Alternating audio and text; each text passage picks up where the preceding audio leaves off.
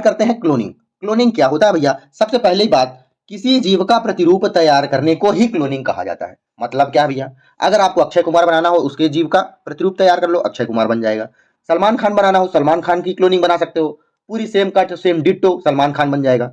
लेकिन इसकी प्रक्रिया होती है, वह आगे पढ़ेंगे अपन। दूसरी बात आपको जाननी चाहिए कि सबसे पहले क्लोनिंग किस जीव पर हुई थी।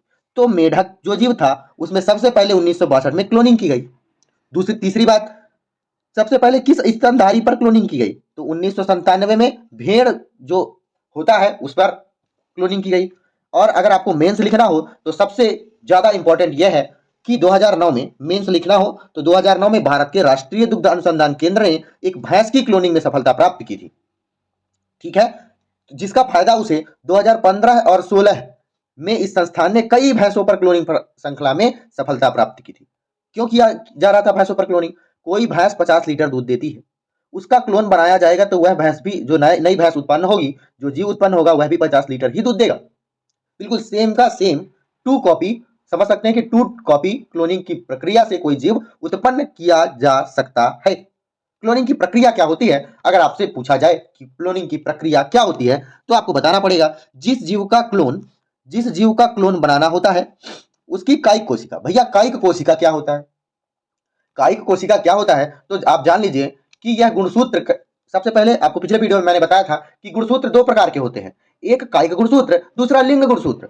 कायिक गुणसूत्र जिसे ऑटोसोम्स के नाम से भी जानते हैं, तो वह ऐसे गुणसूत्र होते हैं जो शरीर के निर्माण के लिए जिम्मेदार होते हैं। कायिक गुणसूत्र जो होते हैं वह शरीर के निर्माण के लिए जिम्मेदार होते हैं। तो कायिक गुणसूत्र से केंद्र को निकालकर ऐसे अंडाणु में प्रवेश कराया जाता है जिनके केंद्र नहीं होते भैया। क्या कहना है भैया? कहना क्या है? कहना उसका यह है कि कोई भी गुणसूत्र, जो भी कायिक कोशिका है, कायिक कोशिका में से केंद्र को निकालकर, कायिक कोशिका में से केंद्र जो है उसको निकालकर ऐसे अंडाणु में प्रवेश कराया जाए। ये अंडाणु इस तरह का होता है, इसमें केंद्र है, ऐसे अंडाणु में प्रवेश कराया जाए जिसमें केंद्र ना हो, तो ये कायिक कोशिका को यहां प्रवेश करा दिया जाता है। उसके बाद अगली प्रक्रिया क्या होती है? यह पूरे के पूरे अंडाणु को एक परख नली के अंदर प्रत्यारोपित कर दिया जाता है। फिर इसके बाद इसमें विद्युतीय झटका दिया जाता है, इसमें विद्युतीय झटका दिया जाता है।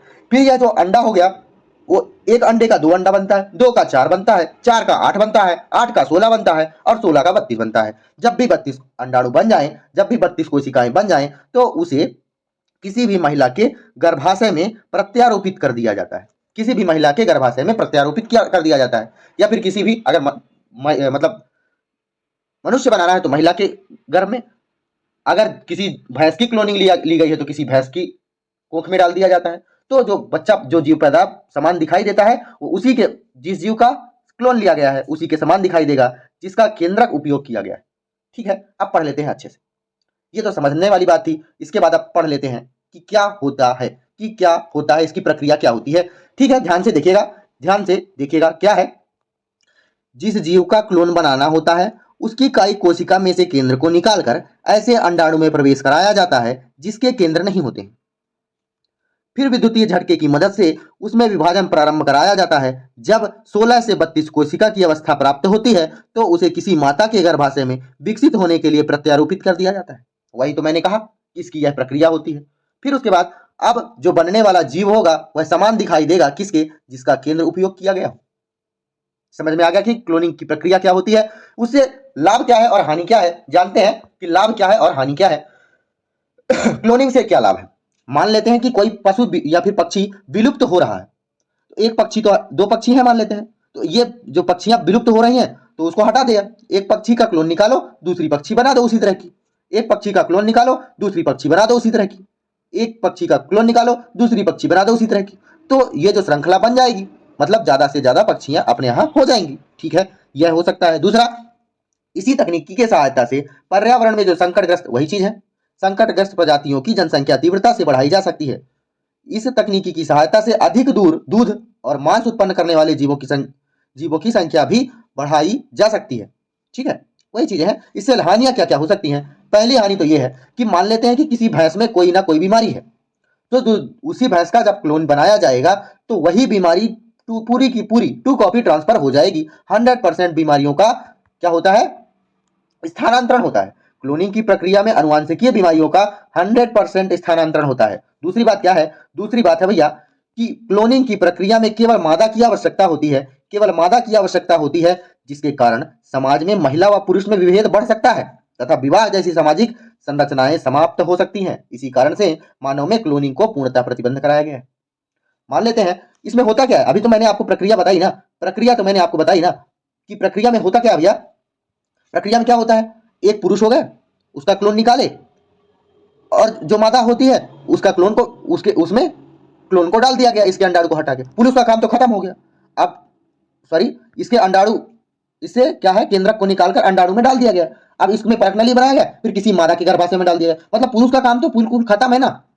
तो हो सकता है कि इस प्रक्रिया को ज्यादा से ज्यादा करने पर वैवाहिक जैसी समस्याएं आने लगे, इस कारण से यह एक हानि इसे माना जा सकता है। ठीक है, फिर अगला प्रश्न आपके सामने है कि भारत जैसे अत्यधिक जनसंख्या वाले देश में क्लोनिंग एक वरदान है। आप इस कथन से कितने सहमत हैं? भारत में क्लोनिंग के लाभों का वर्णन कीजिए। तो लाभ तो मैंने बता दिया है आपको, तो आप जान लें कि इस कथन से आप कितने सहमत हैं। तो हाँ, क्लोनिंग एक वरदान है अत्यधिक जनसंख्या वाले देश में, मतलब जनसंख्या से संबंधित है, तो हाँ क्लोनिंग एक वरदान है, लेकिन इसकी उतनी भी आवश्यकता नहीं है, इसकी उतनी भी आवश्यकता नहीं है। हमारे देश में काफी सारे गरीब बच्चे हैं, आप उनका क्या कर सकते हैं, उन्हें आप गोद ले सकते हैं। ठीक है, तो क्लोनिंग आपको समझ में आ गया। अगला है अपना टॉपिक क्या, कि सैरोगेसी क्या होता है, जिसे किराए की कोख कहा जा सकता है। किराए की कोख कहा जा सकता है, आपको अंत में बताएंगे कि इसे किराए का कोख क्यों कहते हैं। यदि किसी महिला के गर्भाशय में कोई समस्या हो, किसी भी महिला के गर्भाशय में, और ऐसी महिला माता बनना चाहती हो, तो सैरोगेसी की सहायता से वह माता बन सकती है। चलिए इसकी प्रक्रिया क्या होती है, प्रक्रिया जानेंगे तो अपने से समझ में आ जाएगा। सैरोगेसी में दंपति के शुक्राणु और अंडाणु की मुलाकात कृत्रिम रूप से परख नली में कराई जाती है। ठीक है, कृत्रिम रूप से परख नली में कराई जाती है। चलिए, इसका शुक्राणु हो गया, ये मेल हो गया, ये फीमेल हो गई, इसका शुक्राणु हो गया, इसका अंडाणु हो गया, ये एक परख नली हो गई। परख नली के अंदर इनका इनका निर्माण कराया जाता है। परख नली के अंदर जो जाइगोट बनता है, जाइगोट, ठीक है, ये जो फीमेल है जिसका अंडाणु लिया गया है, इसके गर्भाशय में कोई ना कोई क्या है, दिक्कत है, दिक्कत है, दिक्कत किसके है, दिक्कत है इस फीमेल के, लेकिन इसका अंडाणु लिया गया है, अंडाणु सही है। ठीक है, तो फिर उसके बाद चलते हैं आगे। इसमें इसमें भी क्या है कि शॉर्ट दिया जाता है, विद्युतीय झटके दिए जाएंगे। फिर जब 1600 से 32 कोशिका उत्पन्न हो जाएगी, बन जाएगी, कोशिकाएं बन जाएगी, तो इसे किसी अन्य फीमेल की गोद में, सॉरी किसी अन्य फीमेल की कोख में यह पूरा का पूरा सामान ट्रांसफर कर दिया जाएगा और यह माता का रूप धारण कर लेगी, यह एक माता बन जाएगी, यह एक माता बन जाएगी। तो मतलब ये इन दोनों का बच्चा ये जन्म दे रही है, तो फीमेल का भी बच्चा यह कहला जाएगा। ठीक है, तो फिर यह दे देती है इसके अंदर। ठीक है, पढ़ लेते हैं अपन, समझ में आया या नहीं आया? नहीं आया हो तो कमेंट करिएगा, मैं आपको अच्छे से समझा दूंगा। ठीक है, उसके बाद क्या है, चलिए, सैरोगेसी में दंपति के शुक्राणु और अंडाणु की मुलाकात कृत्रिम रूप से परख नली में कराई जाती है। फिर उसके बाद उससे बनने वाले जाइगोट को 16 से 32 कोशिका की अवस्था में किसी अन्य महिला के गर्भाशय में प्रत्यारोपित कर दिया जाता है। समझ में आ गया होगा, जिस महिला के गर्भाशय में इसे प्रत्यारोपित किया जाता है उसे सैरोगेसी मदर कहा जाता है। ठीक है, सैरोगेट मदर कहा जाता है। लेकिन यह जो कार्यक्रम हो रहा था इसमें बहुत ज्यादा समस्या आ गई। क्या समस्या आ गई? भारत में सैरोगेसी जब वाणिज्यिक रूप से होने लगी, कोई महिला जान के अपना बच्चा अपने पेट में नहीं वो करना चाहती थी, नहीं, वह सोचती थी कि हमारे बच्चे हमारे पेट में ना रहे, हमारा पेट हरदम सुरक्षित रहे। तो जो गरीब महिलाएं थी वह वाणिज्यिक रूप से इसका उपयोग करने लगी। तब निम्न समस्याएं देखी गई। क्या समस्याएं देखी गई? जो सैरोगेसी वाली मदर थी, इसका परिवार दूर रहने लगा, दूर रहना सामाजिक समस्याओं को जन्म दे रहा था। भैया उसके पास पैसा कमी हो गई तो वो अपने पति को छोड़कर किसी दूसरे दंपति की मां बनने के लिए तैयार हो गई। दूसरी बात, तो उसका पति फिर घर में सामाजिक समस्याएं तो आएंगी ही।